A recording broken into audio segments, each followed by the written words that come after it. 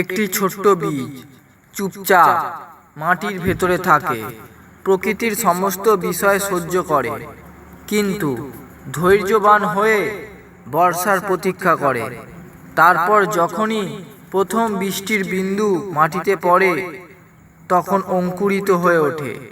আপনি সবসময় সফলতার আশা রাখেন, কিন্তু যখন কর্ম না হয়, সংঘর্ষ না হয়, পরিণাম মিলবেই না। এই জন্য যখন পরিশ্রম আর প্রার্থনা দুটি একসাথে হবে, তখন প্রতীক্ষা করুন, কারণ ধৈর্য আর আস্থা এরাই ভবিষ্যৎ লেখে।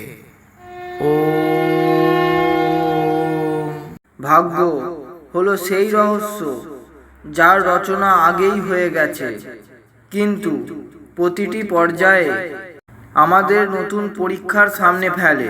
কিন্তু একটি সত্য এটাও যে নিজের কর্ম দ্বারা আমরা সেই রচনাকে নতুন দিক নির্দেশ করতে পারি। ভাগ্য কোনো পাথরের গায়ে আঁচড় নয়, বরং এ হলো ঈশ্বরের এক লীলা, যা সকল জীবের কর্ম অনুযায়ী রচিত হয়ে থাকে। সেই জন্য সর্বদা মনে রাখবেন, ভাগ্য কেবল তখনই প্রসন্ন হয় যখন মানুষের পরিশ্রম দ্বারা তাকে জয় করার, তাকে রচনা করার সামর্থ্য থাকে। সত্য আর কর্মের পথে অগ্রসর হলে আপনার ভাগ্য স্বয়ং আপনার সামনে নতমস্তক হবে।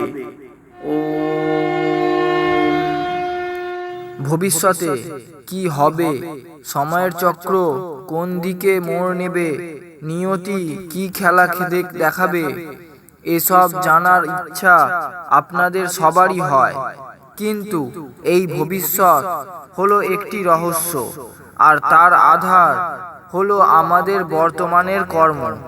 যে ব্যক্তি নিজের বর্তমান সমর্পণ, পরিশ্রম আর সততার সঙ্গে যাপন করে, তার ভবিষ্যৎ নিজে থেকেই সুন্দর হয়ে ওঠে।